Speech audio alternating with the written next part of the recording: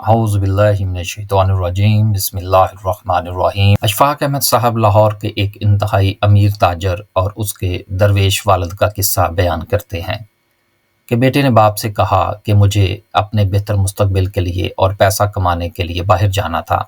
میں نے کینیڈا جانے کا پروگرام بنایا تو میرے والد نے مجھے ہر ممکن طریقے سے سمجھانے کی کوشش کی، تم دنیا کمانے کے لیے ہجرت کرنا چاہتے ہو جس کی قیمت مچھر کے ٹوٹے ہوئے پر کے برابر بھی نہیں۔ پتر، اپنی پہچان چھوڑ کر مت جاؤ، پاکستان ہماری پہچان ہے۔ درخت بھی ہمیشہ اپنے پتے تبدیل کرتا ہے، جڑیں نہیں۔ مگر میں نہ مانا۔ ایئرپورٹ پر مجھے رخصت کرتے ہوئے بابا بولے، بیٹا اب میں بوڑھا ہو چکا ہوں، بڑھاپا جسم کی جلا وطنی کا نام ہے۔ پتر، بڑھاپے کی زندگی اور دیوار پر لکھی لکیروں میں کوئی فرق نہیں ہوتا، ان کو مٹانے کے لیے ایک بارش ہی کافی ہوتی ہے۔ پھر ضبط کا مضبوط حصار توڑ کر کچھ آنسو میرے باپ کی آنکھوں سے بہہ نکلے۔ مجھے بولے، بیٹا پچھتاوا بقیہ عمر ضائع کر دیتا ہے اور پھر آدمی کو خشک سمندر کی لہروں کا شور عمر بھر سونے نہیں دیتا۔ اور پھر میرا ہاتھ پکڑ کر بولے، سنو تم خواب مت ہو جانا۔ پھر مجھے گلے لگا کر میری طرف دیکھے بغیر ایئرپورٹ سے باہر نکل گئے اور پھر میں یہاں کینیڈا میں دنیا کی دلدل میں گم ہو گیا۔ ایک گوری سے شادی کے بعد مجھے یہاں کی نیشنلٹی بھی مل گئی۔ کئی سال تک بابا سے رابطہ نہ ہو سکا۔ سال پہلے ان کا خط آیا تھا، لکھا تھا، بیٹا اب تو پاکستان آئے بھی تو مجھے دیکھ کر تمہیں مایوسی ہوگی، اب تم میرے چہرے کو دیکھ کر ڈر جاؤ گے، کیونکہ اب اس پر سرسوں کی پیلی رت اتر چکی ہے۔ خون کے تھوک سے یقیناً تمہیں نفرت ہوگی، مگر اب یہ طبیعت کے بس میں نہیں رہا۔ اب تم مجھ سے ٹوٹ کر پیار نہیں کر سکو گے اور یقیناً اپنی بیوی بچوں کے ساتھ پلٹ جاؤ گے۔ بیٹا مجھے تمہاری جدائی نے مار دیا ہے، ورنہ میں اپنے مرنے تک جینا چاہتا تھا۔ بیٹا میری آنکھوں کا دریا سوکھ چکا ہے، افسوس میرے پاس اتنا وقت بھی نہیں کہ 2 جملوں کا ہی صحیح خط کا جواب دے دیتا۔ میں ایک دن اپنے گھر میں بیٹھا اپنی بے حساب دولت کا حساب کر رہا تھا کہ میرا ایک پرانا دوست مجھ سے ملنے آ گیا، پوچھنے لگا کب سے پاکستان نہیں گئے؟ میں نے کہا 11 برس بیت چکے ہیں، وقت ہی نہیں ملا، پاکستان جانے کا سوچ رہا ہوں، اگلے برس جاؤں گا، بابا سے بھی ملنا ہے۔ اس نے حیرانی سے میری طرف دیکھا اور کہنے لگا، تم پاگل ہو کیا؟ تمہیں کچھ بھی معلوم نہیں؟ کیا تم اپنے باپ کے مرنے پر بھی پاکستان نہیں گئے؟ تم کیا کہہ رہے ہو؟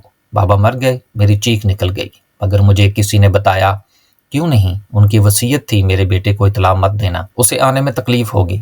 اور پھر مجھے یوں لگا جیسے بازی پلٹ گئی اور میں اپنا وجود بھی ہار گیا ہوں۔ بابا کے الفاظ پگھلے ہوئے سیسے کی طرح میرے کانوں میں گونجنے لگے، بیٹا مجھے تیری جدائی نے مار دیا ہے، ورنہ میں اپنے مرنے تک جینا چاہتا تھا۔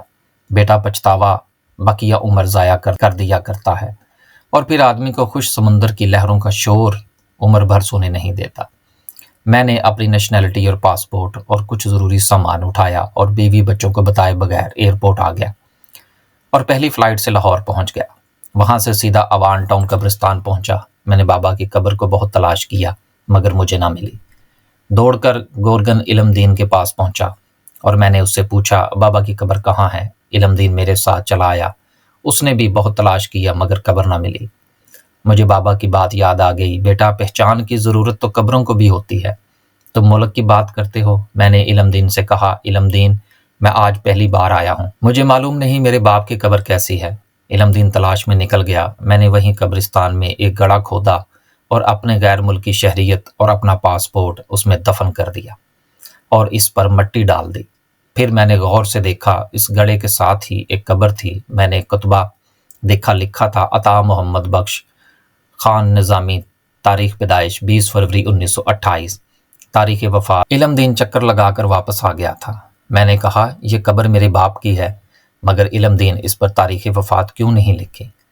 علم دین نے قبر کی طرف دیکھا اور پھر افسوس اور نفرت سے میری طرف دیکھا اور خاموش رہا۔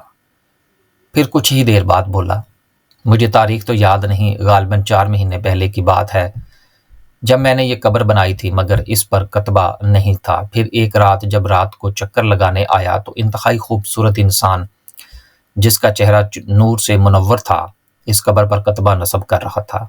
وہ کوئی انسان نہیں تھا، شاید کوئی فرشتہ تھا۔ یہی سوال میں نے بھی اس سے کیا تھا، اے اجنبی، اس کتبے پر تاریخ وفات کیوں نہیں؟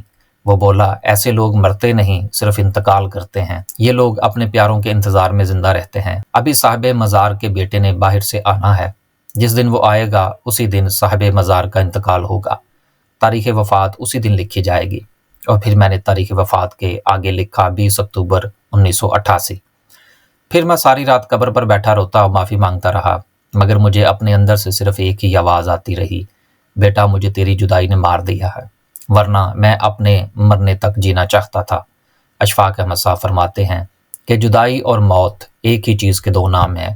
ہجر کا دکھ دیکھنا ہو تو حضرت یعقوب کی آنکھوں کی طرف دیکھو، جن کی روشنی اپنے فرزند حضرت یوسف علیہ السلام کی یاد میں روتے روتے چھن گئی۔ اور ہجر ایک ایسی اذیت ناک موت ہے جس میں جان سے جاتے جاتے بھی عمر لگ جاتی ہے۔ لاہور کی گلیوں میں جہاں کبھی میلی چادر اوڑھے ساگر پھرتا تھا، اب وہاں ایک ملنگ بے تحاشا بڑے ہوئے بالوں اور میلی چادر لیے پھرتا نظر آتا ہے۔ رات ہوتی ہے تو ساگر کی طرح کسی بھی فٹ پاتھ پر لیٹ جاتا ہوں، مگر آج تک اسے کسی نے سوئے ہوئے نہیں دیکھا۔ صبح ہوتے ہی بازار میں چلنا شروع کر دیتا ہے، جہاں کہیں بوڑھا نظر آتا ہے اس کو روک روک کر سلام کرتا ہے، اس کا ہاتھ پکڑ کر چومتا ہے اور کہتا ہے اپنے مرنے تک زندہ ضرور رہنا اور اپنے بیٹے کو باہر مت جانے دینا، اس کا پاسپورٹ پھاڑ دینا، اور یہی ہر شخص سے کہتا ہوا وہ آگے بڑھ جاتا ہے۔ بے شک اشفاق احمد صاحب کی تحریریں زندگی بدل دینے والی تحریر ہیں۔ اللہ تعالی ہمیں بھی اپنے والدین کے ساتھ حسن سلوک کرنے کی توفیق عطا فرمائے، آمین ثم آمین۔ ایسی مزید ویڈیو دیکھنے اور سننے کے لیے ہمارے چینل کو لائک اور سبسکرائب کریں۔ اللہ حافظ۔